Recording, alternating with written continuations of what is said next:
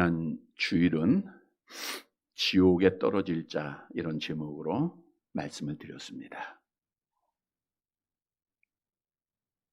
예수님은 약속대로 다시 이 땅에 오시는데 다시 오실 때는 심판주로 임하십니다.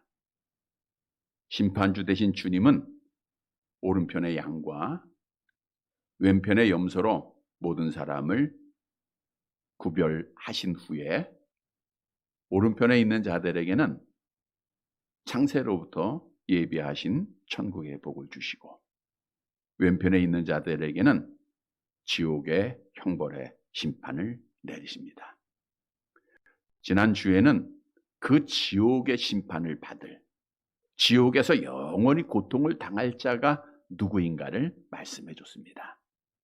먼저는 예수님의 부활을 믿지 않는 자들입니다.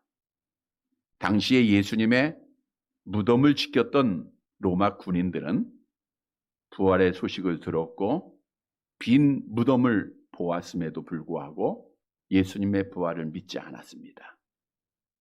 또한 주일 새벽 군인들로부터 부활의 소식을 들었던 대제사장들도 부활을 믿지를 않았죠. 그래서 지옥에 떨어졌어요. 또한 지옥에 떨어질 자는 돈을 사랑하는 자입니다. 대제사장들과 장로들은 회의를 하고 돈으로 군인들을 매수하려고 하는 물질 만능주의에 빠진 자요. 또 군인들은 돈을 받고 왜곡을 시켰습니다. 돈을 사랑하는 자는 지옥에 떨어진다는 거죠. 그리고 거짓말하는 자입니다. 저들이 결국 자기들이 잠을 잘 때에 주의 제자들이 예수님의 시신을 도둑질해 갔다라고 하는 거짓말을 퍼뜨려서 결국은 지옥에 떨어졌습니다. 우리는 주셨던 말씀을 기억하고 천국에 갈 자의 삶을 꼭 살아서 우리 하나님께 영광을 돌리고 약속대로 복을 받는 사랑하는 성도들이 되시기를 다시 한번 주님의 이름으로 간절히 바랍니다. 여러분, 오늘은 1997년 9월부터 시작된 마태복음 강해가 160번째 시간으로 맞춰지는 마지막 시간입니다.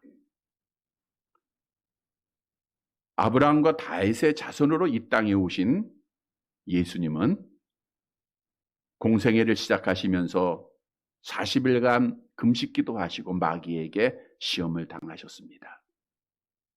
마태복음 5장에서 7장에서는 산상수훈이라고 하죠. 보석 같은 말씀을 우리에게 주셨고 8장부터는 공생애를 3년여 동안 사시면서 많은 이적과 기사를 보여주시고 또 많은 말씀을 통해서 당신이 구약에 약속된 메시아라고 하는 사실을 증거를 해 주셨습니다. 그럼에도 당시에 종교 지도자들은 예수께서 메시아, 즉 그리스도라고 하는 사실을 받아들이질 않고 믿지를 않았습니다. 그래서 결국 저들은 겟세마네 동산에서 기도를 마치신 예수님을 체포하고 거짓 증인을 내세우고 빌라도 법정에서 사형을 언도받게 하고 십자가에 결국 못 박아 죽였습니다. 그런데 예수님은 약속대로 사흘 만에 부활하셨고 또 부활하신 후에 여러 번 제자들에게 나타나셔서 부활을 확신시키시고 오늘 본문은 이제 마지막 하나님의 나라로 올라가시기 전 갈릴리 한 산에서 남기신 말씀을 기록하고 있습니다. 본문 16절 말씀을 함께 보겠습니다. 같이 봅니다. 11 제자가 갈릴리에 가서 예수께서 지시하신 산에 이르러 11 제자가 가룟 유다를 제외한 제자들을 의미하겠죠. 그런데 고린도서에 보니까 마지막 승천할 때 11제자만 있었던 것이 아님을 말씀해 주고 있는데 고린도전서 15장 6절의 말씀입니다. 함께 봅니다. 그 후에 500여 형제에게 일시에 보이셨나니 그 중에 지금까지 대다수는 살아있고 어떤 사람은 잠들었으며 500여 형제들이 있었던 것이 실제 사건이고 마태는 그 사람들을 대표해서 예수님의 11제자만 기록하고 있는 겁니다. 갈릴리에 가서 지시하신 산에 이르렀다라는 말씀에 보니까 지시했던 산, 이미 예수님께서 예언하셨다라고 하는 사실을 알 수가 있죠. 마가복음 16장 7절에 주님이 죽으시기 전 이런 말씀을 하셨죠. 같이 봅니다. 예수께서 너희보다 먼저 갈릴리로 가시나니 전에 너희에게 말씀하신 대로 너희가 거기서 배우리라 하라 하는지라. 이 갈릴리의 한 산은 예수님께서 산상수훈을 말씀하셨던 그 산이요. 또 예수님이 시간이 될 때마다 산에 올라 기도하셨다 그랬죠? 그 산을 의미하고 있어요. 그래서 제자들이 다 알고 있는 그 산입니다. 그런데 이렇게 예수님의 마지막을 바라보는 사람들 중에 예수님의 부활을 아직 믿지 못한 자도 있었다는 거예요. 본문 17절을 보시기 바랍니다. 17절 같이 봅니다. 예수를 배웠고 경배하나 아직도 의심이 있더라. 대부분의 사람들은 예수님의 부활을 믿고 예수님을 다시 만나니까 예수님 앞에 경배를 드려요. 경배 드렸다는 것은 예배를 드렸다는 거예요. 우리는 주님을 만날 때마다 예배하는 겁니다. 그분 앞에 마음과 정성과 뜻을 다해서 예배 드려야 돼요. 오늘 저녁에 예배가 얼마나 중요한 것인가에 대해서 말씀을 드리게 될 거예요. 그런데 그 중에 몇 사람들이죠, 복수니까. 몇 사람들은 믿지 않았다는 거예요. 왜 500의 형제가 마지막 시간을 예수님과 같이 했는가를 말씀해 주고 있는 겁니다. 보세요. 예수님의 11제자들은 이 순간에 예수님의 부활을 다 믿었어요? 안 믿었어요? 다 믿었죠? 이미 예수님께서 다락방에 있던 제자들에게 두 번째 나타나실 때 마지막 도마가 나의 주시며 나의 하나님이십니다 고백하며 부활을 믿었잖아요. 그러니까 여기서 아직 예수님의 부활을 확신하지 못하고 믿지 못하는 자들은 500여 형제들 중에 몇 사람을 의미하고 있는 거예요. 그래서 예수님은 다시금 자신의 부활의 모습을 그들에게 보이시고 확신을 시키십니다. 그리고 이런 말씀을 하셨죠. 18절 말씀입니다. 마태복음 28장 18절 같이 봅니다. 예수께서 나와 말씀하여 이르시되 하늘과 땅의 모든 권세를 내게 주셨으니. 하늘의 권세란 하나님이 가지고 있는 권세를 말하고 있고요. 신적 권세입니다. 땅의 권세란 사람이 가지고 있는 권세를 말하고 있는데 예수님께서는 하나님도 되시고 사람도 되시는 참 중보자다라고 하는 사실을 의미해 주고 있는 거예요. 예수님은 죄악으로 타락한 인간들을 하나님께 중보하기 위하여 땅의 권세, 사람의 모습, 또 하나님의 권세, 하나님이셨음을 우리에게 말씀해 주고 있죠.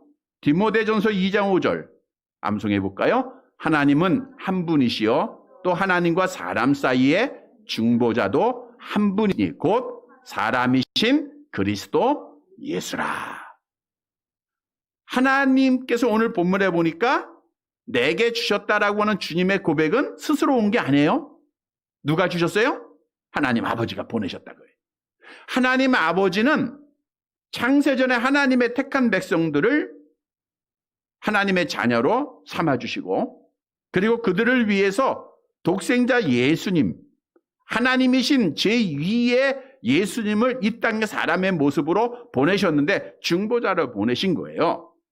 그래서 예수님께서는 중보자의 사역을 감당하기 위하여 택한 백성들의 모든 죄를 다 담당하셨습니다. 십자가에서 피 흘려 죽으셨다는 거죠.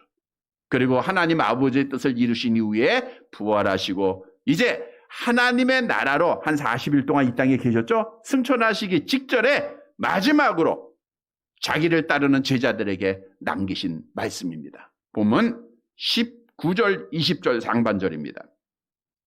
같이 봅니다. 그러므로 너희는 가서 성령의 이름으로 세례를 베풀고 내가 너희에게 분부한 모든 것을 가르쳐 지키게 하라. 이 말씀을 잘 묵상해 보면 주님께서 마지막으로 남기신 우리말 성경에 보면 네 명령어를 찾을 수가 있어요. 한번 찾아볼까요? 너희는 뭐하라? 가라. 두 번째 단어는 뭐예요? 제자를 삼으라. 세 번째는 세례를 베풀라. 네 번째는 가르쳐 지키게 하라. 이렇게 네 명령으로 되어 있는데 원문에는 다릅니다. 원문은 제자를 삼으라 라고 하는 말씀만 명령어고 다른 단어는 부사로서 그 동사를 수식하고 있는 거예요. 다시 말하면 예수님께서 하나님 나라로 올라가시 직전 마지막으로 남기신 말씀은 뭐예요? 제자를 삼으라. 제자 삼으라는 거예요. 여러분, 주님께서는 마지막으로 남기신 말씀이기에 마지막 심판주로 오셨을 때는 반드시 우리에게 묻는 질문이 있습니다. 어떤 질문 하실까요? 우리 주님이 마지막 유언하셨잖아요. 제자 삼으라. 그러니까 반드시 물어보겠죠? 너는 몇 명의 제자를 삼았느냐? 오늘 이 말씀은 우리 주님께서 마지막으로 우리에게 주시는 말씀입니다. 너는 지금까지 신앙생활 참 오래 했는데 몇 명의 제자를 삼았느냐? 지금까지 믿음 지키고 헌신하고 봉사한 거 참 잘했다. 기도도 열심히 잘했다. 그런데 몇 명의 제자를 삼았느냐? 우리는 이 질문을 반드시 받게 될 겁니다. 사도 바울은 주님의 명령에 따라 제자를 많이 삼았기에 그는 죽기 전에 이렇게 고백을 했죠. 나는 선한 싸움을 싸우고 나의 달려갈 길을 마치고 믿음을 지켰으니 이제후로는 나를 위하여 의의 면류관이 예비되었다. 나뿐만 아니라 주의 나타나심을 사모하는 제자 삼은 자들에게 다 주실 것이다. 그랬어요. 다시 말하면 제자를 삼은 자들에게는 주님께서 뭘 주시는 거예요? 상을 주세요. 아유, 나는 상 못 받아도 좋으니까 구원만 받으면 돼. 우리는 부끄러운 구원이 아니라 상 받는 구원 받으시기를 바랍니다. 그러기 위해서 뭐 해야 돼요? 제자 삼아야 돼요. 오늘 본문의 말씀은 제자를 삼는 방법, 어떻게 제자를 삼을 것인가를 마지막으로 주님이 우리에게 알려주고 있습니다. 따라서 오늘 말씀을 통해서 제자 삼으라 라고 하는 명령을 꼭 지켜서 우리의 남은 삶으로 제자 삼아서 우리 주 앞에 서는 날 참 잘했다 칭찬받는 사랑하는 성도들이 되시기를 간절히 바랍니다. 첫째로 제자 삼기 위해서는 가야 한다는 거예요. 오늘 본문에 보면 너희는 가서 제자를 삼기 위해서 가장 먼저 해야 될 것은 가야 돼요. 여러분, 하나님께서는 무에서 유를 창조하신 분이시기 때문에 자기의 택한 백성들을 말씀 한마디로 다 구원하실 수 있는 능력이 있으세요? 없으세요? 당연히 있으십니다. 그런데 하나님은 자신의 뜻을 이루며 사람을 통해서 역사하시는 분이세요. 사람을 통해서. 하나님께서 이스라엘 백성들을 애굽에서 구원하실 때도 말씀으로 다 나와라 이렇게 하지 아니하고 모세라고 하는 사람을 통해서 그들을 구원하셨습니다. 여호수아를 통해서 이스라엘 백성들을 가나안 땅으로 인도하게 하셨습니다. 사사시대에는 많은 사사들을 통해서 하나님의 백성들을 지키시고 구원해 주셨고 또 많은 선지자들을 보내셔서 잘못된 길을 돌이키게 하셨고 하나님의 말씀을 선포하게 하셨습니다. 신약에서도 제자들을 통해서 사도들을 통해서 그들을 통해서 하나님의 뜻을 이루어 가시고 계세요. 오늘날 이 시대에는 먼저 믿는 바로 나를 통해서 하나님의 택한 자들을 구원받기를 기쁘시게 예정하시고 이 사명을 우리에게 주셨다는 거예요. 그래서 오늘날 예수를 믿는 자들은 가야 하는 거예요. 여러분, 그런데 오늘 현대 교인들의 가장 큰 문제점은 안일함에 빠져 있다는 거예요. 제자 삼아라, 전도하라, 지금까지 이런 설교, 이런 명령 들었던 거 횟수로 계산해 보면 계산도 안 될 거예요. 너무 많이 들어서. 그러니까 너무 많이 들었기 때문에 어떤 마음에 울림이 없어요. 그건 그냥 주님이 하신 말씀이고 또 목사가 하는 말이고. 여러분, 또한 어쩌면 우리는 나는 나이가 많아서 나는 아는 사람이 없어서 내가 아는 사람은 다 교회 다니는 사람이야. 나는 안 돼. 지금은 또 코로나 시국인데 무슨 전도야. 이렇게 마귀들에 의해서 부정적인 생각을 갖고도 있어요. 기독교는 역사를 보면 어려울 때 힘들 때 성장을 했습니다. 우리가 지금 어려울 때 힘들 때 지금이야말로 하나님의 복음을 전할 때라는 거예요. 내가 지금까지 제자 삼은 경험이 없기에 앞으로도 할 수 없다라고 하는 이러한 성각을 버려야 됩니다.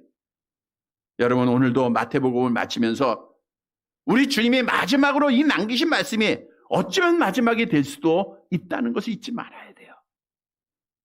우리가 마태복음 강해를 통해서 증거했던 대로 정말 주님의 오심의 날이 심히 더 가까이 오고 있다고 하는 거예요. 내가 언제 죽을지 모르는 위험한 세상에서 살고 있다는 겁니다.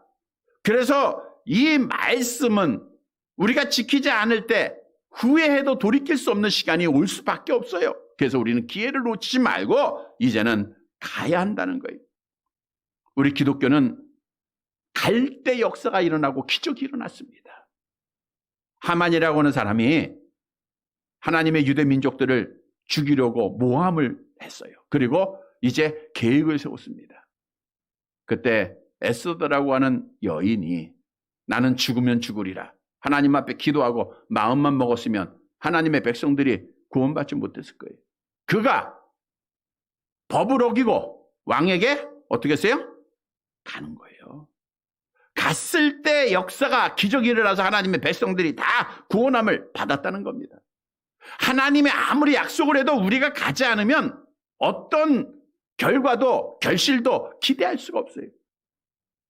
여호수아의 말에 순종해서 제사장들이 언약궤를 메고 요단강으로 갔을 때 요단강이 말랐다고 하는 사실이에요. 하나님의 말씀대로 여리고성을 돌았을 때 여리고성이 무너졌다는 거예요. 아나니아에게 하나님께서 이렇게 명령을 했죠.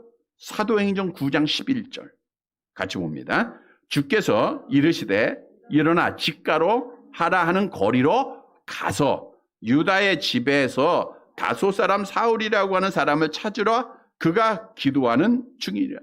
그러니까 아나니아라고 하는 제자, 사도행전 5장에 나오는 아나니아 삽비라고 다른 사람입니다. 이건 예수님의 신실한 제자예요. 하나님께서 아나니아에게 너 사울이라고 하는 사람에게 가. 그랬더니 처음에는 가야 안 가요. 무서워했어요. 야, 이 사람 하나님 어떤 사람인지 하나님이 잘 아시지 않습니까? 우리 기독교인들을 죽이고 잡으려고 하는 사람인데 어떻게 갈 수 있습니까? 그러나 나중에 순종하고 가야 안 가요? 가요. 그러니까 기적이 일어났어요.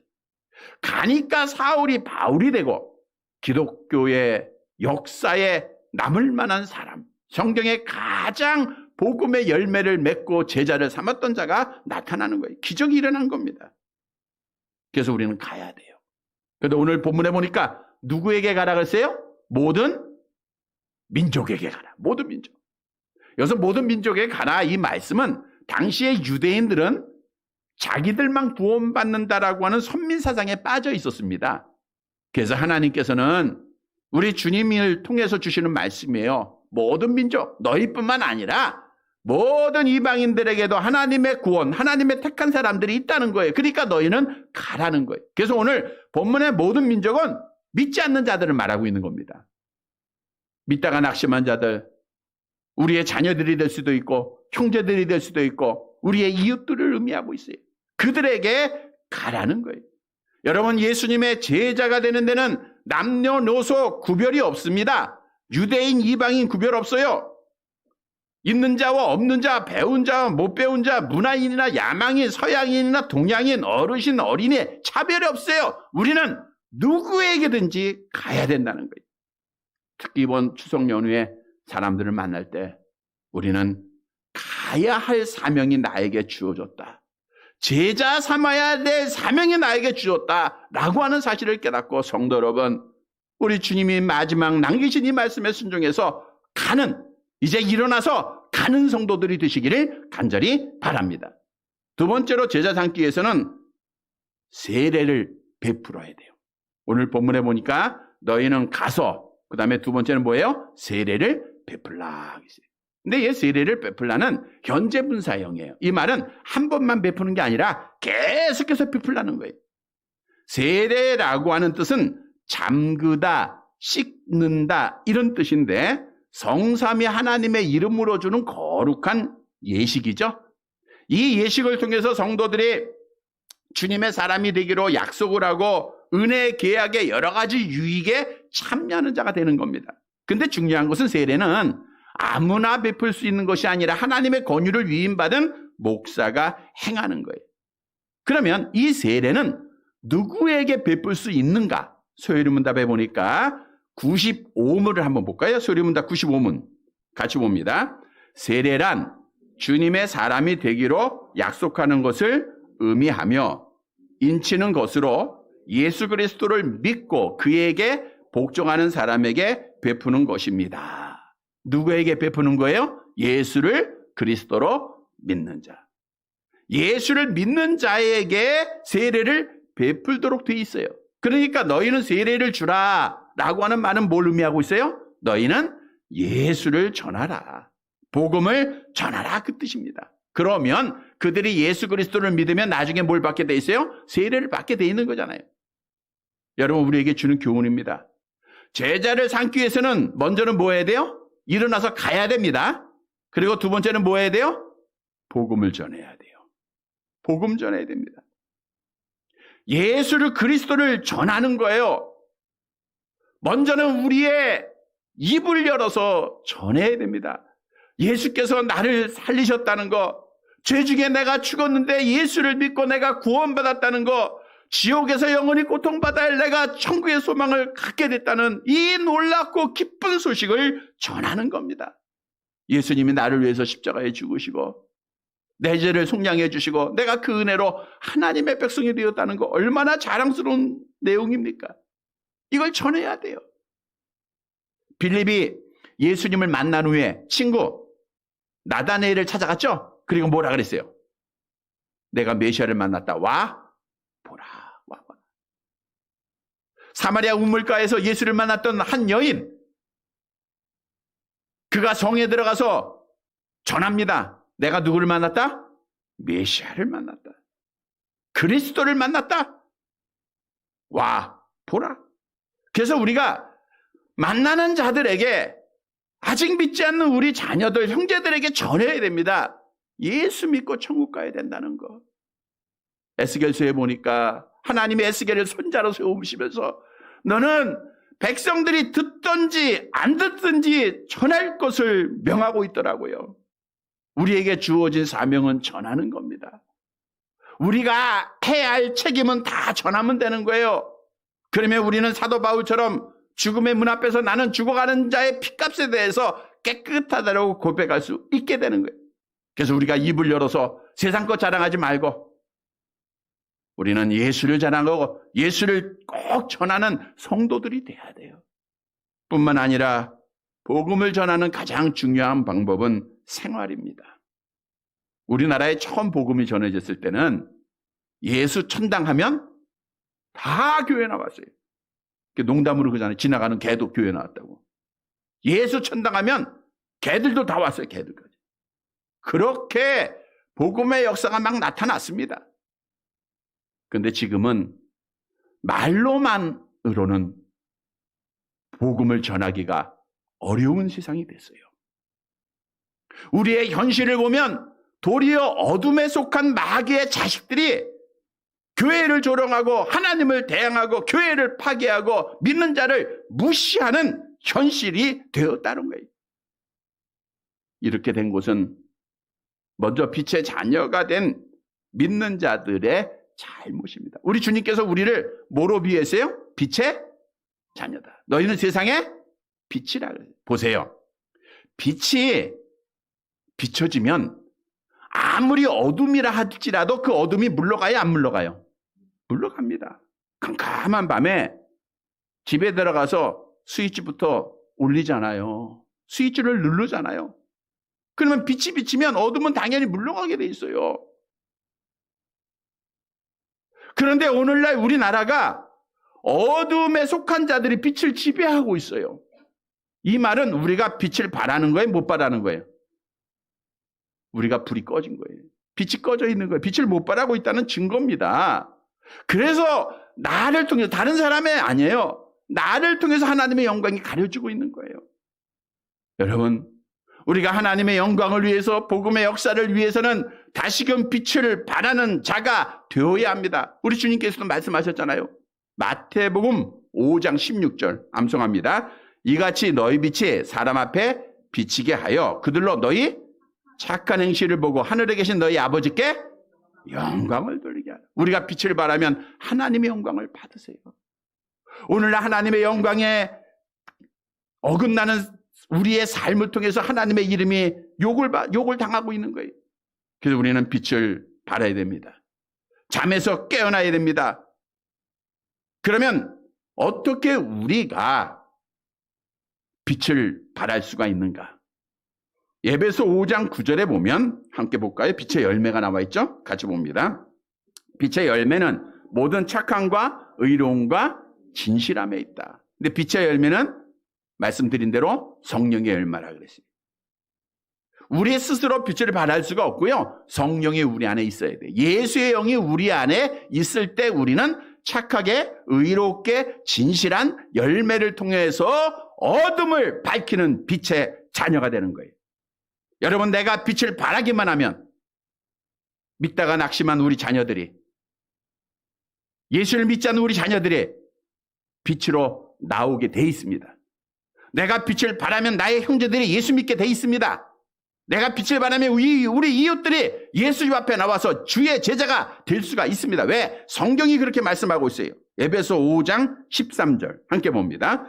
책망을 받는 모든 것은 빛으로 말미암아 드러나나니, 드러나는 것마다 빛을 발하면 어둠은 빛으로 밝혀지게 돼 있다니까요. 빛으로 나오게 돼 있어요. 우리가 지금 제자 삼지 못했다고 하는 것은 내가 빛을 발하지 못했다는 거예요. 성도 여러분, 오늘 주님이 주신 마지막 명령의 말씀을 듣고 이제는 일어나서 가서 우리의 입으로 예수를 전할 뿐만 아니라 나의 변화된 삶, 성령 충만함으로 착하고 의롭고 진실한 삶으로 어둠을 밝혀서 정말 빛을 밝혀 어둠에 있는 자녀들, 어둠에 있는 우리 형제들 빛으로 꼭 인도해서 예수의 제자 삼아 우리 하나님을 영화롭게 해드리는 사랑하는 성도들이 되시기를 간절히 바랍니다. 세 번째, 제자 삼기 위해서는 가르쳐 지키게 해야 돼요. 먼저는 가야 돼요. 두 번째는 뭐예요? 복음을 전해야 됩니다. 그리고 세 번째로는 가르쳐 지키게 해야 된다는 거예요. 가르쳐 지키게 하라. 여러분, 사람들은 예배 드리는 사람의 숫자가, 그 교인들의 숫자가 성공의 잣대로 갖고 있습니다. 그래서 사람이 많이 모이면 큰 교회고 성공한 교회다. 우리 주님이 보시는 숫자는요, 교인의 숫자가 아니라 참 제자의 수입니다. 우리 주님은 교회의 아름다운 건물을 보는 것이 아니라 예배를 드리고 있는 교회인가를 보시는 거예요. 세상과 타협하고 굴복하는 자를 보는 게 아니라 세상을 이기는 자들을 보고 있는 거예요. 그런데 중요한 사실은 참 그리스도의 제자가 되기 위해서는 반드시 교육이 있어야 된다는 거예요. 내가 너에게 분부한 모든 것을 가르쳐 지키게 하라 그랬잖아. 아무리 머리가 좋고 똑똑한 아이라 할지라도 학교에 보내지 않고 가르치지 않고 배우지 않으면 어떻게 돼요? 바보 되는 거예요. 아무리 건장한 체력을 가지고 있다 할지라도 운동하지 않고 훈련받지 않으면 훌륭한 군인이나 건강을 유지할 수 있는 자가 되지 못합니다. 마찬가지예요. 우리가 아무리 교회에 열심히 다니고 예수를 믿었다 할지라도 교육을 받지 않고 또 교육을 우리가 하지 않으면 우리는 건강한 그리스도인, 즉 참 제자가 될 수 없다는 거예요. 우리가 잘 아는 내용이 있잖아요. 스데반 집사의 일로 환난을 당한 예루살렘 교인들 중에 구브로와 구레네 몇 사람이 안디옥이라고 하는 곳에 가서 복음을 전해서 교회를 세웁니다. 많은 사람이 몰려왔어요. 많은 사람들이 교회에 와서 예배를 드리는데 예수님의 제자가 되지는 못했어요. 어떻게 제자가 됐다 그랬죠? 사도행전 11장 26절 함께 봅니다.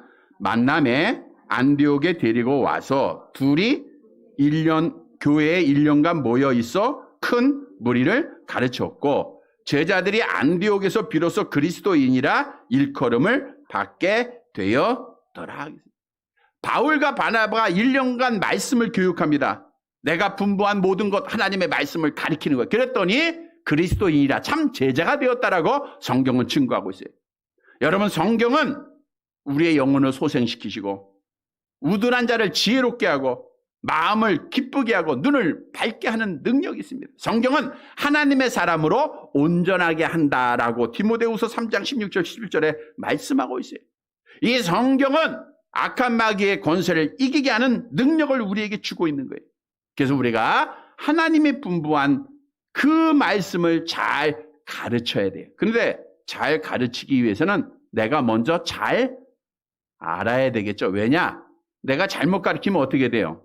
누가복음 6장 39절에 주님이 이런 비유를 했어요. 같이 봅니다. 또 비유로 말씀하시되 맹인이 맹인을 인도할 수 있느냐? 둘이 다 구덩이에 빠지지 아니하겠느냐? 내가 잘못 알고 잘못 가르치면 둘 다 구덩이에 빠지는 거예요. 그래서 우리가 먼저는 내가 말씀을 잘 배워야 돼요. 잘 알아야 됩니다. 그리고 가르쳐야 돼요. 성경도 우리에게 명하고 있죠. 디모데전서 4장 13절 같이 봅니다. 내가 이를 때까지 읽는 것과 권하는 것과 가르치는 것에 전념하라. 뭐에 전념해요? 말씀을 읽는 것과 가르치는 일을 전념해야 돼요. 여러분, 성경 읽는 거 전념해야 됩니다. 성경 가르치는 일에 전념해야 됩니다. 그러면 우리는 누구한테 가르쳐야 돼요? 먼저는 우리 자녀들에게 가르쳐야 돼요. 그리고 우리의 대상자들에게 가르쳐야 돼요. 우리가 가서 복음 전했으면 이제 복음을 전하면 그들에게 하나님의 말씀을 가르쳐서 제자 삼아야 돼요. 성도 여러분, 주님의 오심의 날이 가까우고 있습니다. 우리는 하나님의 말씀, 주님이 마지막 남기신 말씀을 꼭 기억하고 우리가 가르친 일, 성경을 열심히 읽고 바로 알고 바로 가르쳐서 제자 삼는 성도들이 되시기를 간절히 바랍니다. 말씀 정리해 드립니다. 여러분, 예수님께서 마지막으로 남기신 말씀이 뭐라고요? 뭐 삼아라? 제자 삼아라. 이거 잊지 말아야 돼요. 그래서 우리는 증인이 꼭 돼야 됩니다. 그런데 제자 삼는 게 쉬워요? 어려워요? 어렵죠. 우리 할 수 없어요. 할 수 없습니다. 그래서 주님이 뭐라고 말씀하시죠? 마지막 남기신 말씀입니다. 본문 20절 하반절 함께 봅니다. 볼지어다 내가 세상 끝날까지 너희와 항상 함께 있으리라 하시네. 세상 끝날까지, 타락한 세상이 끝나고 하나님의 통치가 완전히 이루어지는 그 순간까지 주님이 항상 모든 날, 모든 시, 모든 분 다 같이 하신다는 거예요. 누구에게? 제자 삼는 자. 가는 자에게 함께 하십니다. 전하는 자에게 함께 하십니다. 가르치는 자에게 함께 하세요. 성도 여러분, 주님이 마지막 남기신 말씀이 뭐예요? 제자 삼으라. 어떻게 해야 됩니까? 첫 번째는 가야 돼요. 두 번째는 복음 전해야 되고, 세 번째는 가르쳐야 돼요. 그러면 제자가 삼아져요. 그러면 하나님 앞에 서는 날 상 받습니다. 사랑하는 성도 여러분, 오늘 주님이 마지막 남기신 유언의 말씀, 제자 삼으라, 이 말씀을 마음에 꼭 새기고 마태복음을 마치고자 합니다. 우리가 남은 삶, 이전의 삶을 있더라도 그 제자 꼭 삼아서 우리 하나님 앞에 서는 날 하나님 앞에 상 받는 사랑하는 성도들이 되시기를 주님의 이름으로 간절히 바랍니다. 하나님 아버지, 지금까지 수없는 하나님의 말씀을 듣고도 제자 삼지 못했음을 회개합니다. 용서해 주시고 주님이 남기신 마지막 말씀을 꼭 기억하여 가서 복음 전하고 가르쳐서 제자 삼아 하나님께 영광을 돌리고 하나님 앞에 상 받는 성도들 되게 하옵소서. 예수님의 이름으로 기도드리옵나이다. 아멘.